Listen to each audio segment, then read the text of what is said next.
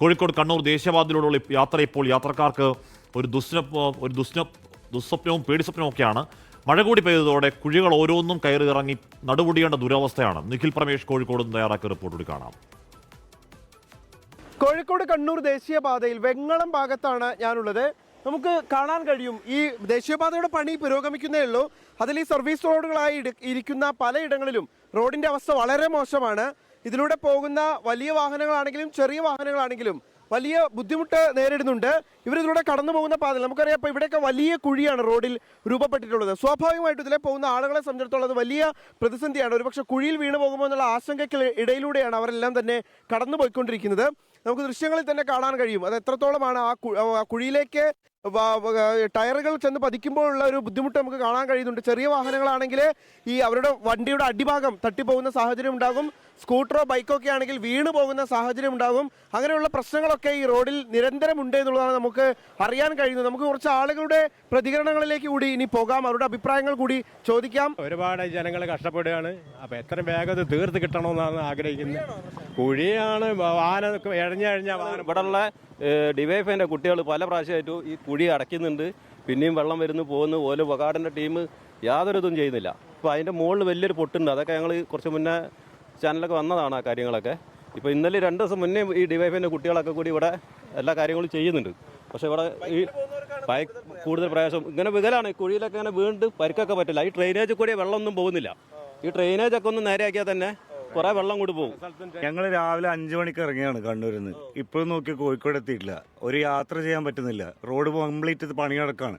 ഒരു സ്ഥലത്ത് നമ്മൾ നോക്കുമ്പോൾ റോഡ് നിർത്തിയിട്ട് പണിയെടുക്കാണ്. ആൾക്കാർ കംപ്ലീറ്റ് നിർത്തിയിട്ട് ഇങ്ങനെയൊക്കെ പോയിക്കഴിഞ്ഞാൽ എങ്ങനെ സാധാരണക്കാർ ജീവിച്ചു പോവുക? വളരെ അവസ്ഥയാണ്. ഒരു എമർജൻസി ഒന്നും കൊണ്ട് വഴിക്ക് പോകാൻ പറ്റില്ല. വളരെ അവസ്ഥ. അത്രയൊക്കെ ഇവിടുന്ന് ഈ ബൈപ്പാസ് കഴിഞ്ഞ് ഇവിടുന്ന് തൊട്ട് ഇനി വടകര വരെ ഫുള്ള് തന്നെ അവസ്ഥ. ഇപ്പൊ വടകര പോയി വരാം. ഭയങ്കര ബുദ്ധിമുട്ട് തന്നെ. ഭയങ്കര ബുദ്ധിമുട്ടെന്ന് വെച്ച് കഴിഞ്ഞാൽ ഒരു ടയർ ഇറങ്ങി കഴിഞ്ഞാൽ വണ്ടി ചെരിഞ്ഞു പോവാ. നമ്മ ഒരു ഗ്യാപ്പോ ഒരു എമർജൻസി കേസ് ഇപ്പോൾ അവിടുന്ന് കിട്ടിക്കഴിഞ്ഞാൽ അറ്റൻഡ് ചെയ്യാൻ പറ്റാത്ത അവസ്ഥ.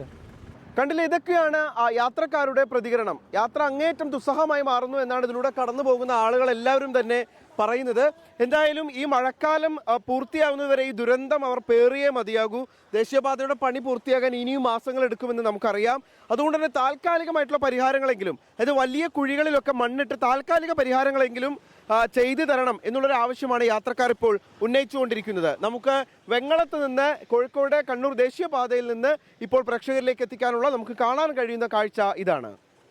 നിഖിൽ പ്രമേഷാണ് അവിടുത്തെ റോഡിന്റെ വിവരങ്ങൾ നൽകിയത്. ഈ കാഴ്ച നമുക്ക് പുതിയ കാഴ്ചയല്ല, എല്ലായിടത്തും ഉണ്ട്. ഇപ്പം ഇതല്ലാത്ത ഇത്തരത്തിൽ കുഴികളില്ലാത്ത ഏതെങ്കിലും റോഡ് ഉണ്ടോ എന്ന് ചോദിച്ചാൽ അത് എന്താണ് അത് വളരെ അപൂർവമായിട്ട് ചിലപ്പോൾ ഉണ്ടാകുമായിരിക്കും. പക്ഷെ നമുക്ക് എവിടെ നിന്ന് ഇപ്പോൾ നമ്മുടെ ഇവിടെ കാക്കനാട് എന്നൊക്കെ പറയുന്ന സ്ഥലത്തുള്ള കുഴി ഈ വെള്ളം ഇപ്പോൾ ഈ നമ്മൾ നേരത്തെ നിഖിൽ പറഞ്ഞ പോലെ മൊത്തത്തിൽ പൊട്ടിപ്പൊളിഞ്ഞ് കിടക്കുകയാണെങ്കിൽ നമ്മൾ എന്തായാലും പതിയെ പോകാൻ പറ്റുള്ളൂ.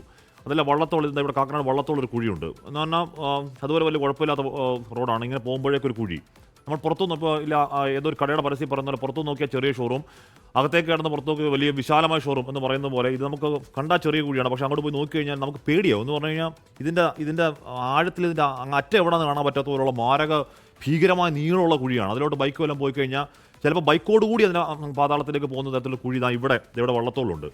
അങ്ങനെ എറണാകുളത്ത് സമാനം തന്നെയാണ് കാഴ്ച. ലോകത്തെവിടെയായാലും ഏത് സമയത്തും 24 വാർത്തകളും ഓഗ്മെന്റഡ് റിയാലിറ്റി പാക്കേജുകളും എക്സ്പ്ലെയിനറുകളും വിശദമായി കാണാൻ ഞങ്ങളുടെ യൂട്യൂബ് ചാനൽ നിങ്ങൾക്ക് സബ്സ്ക്രൈബ് ചെയ്യാം.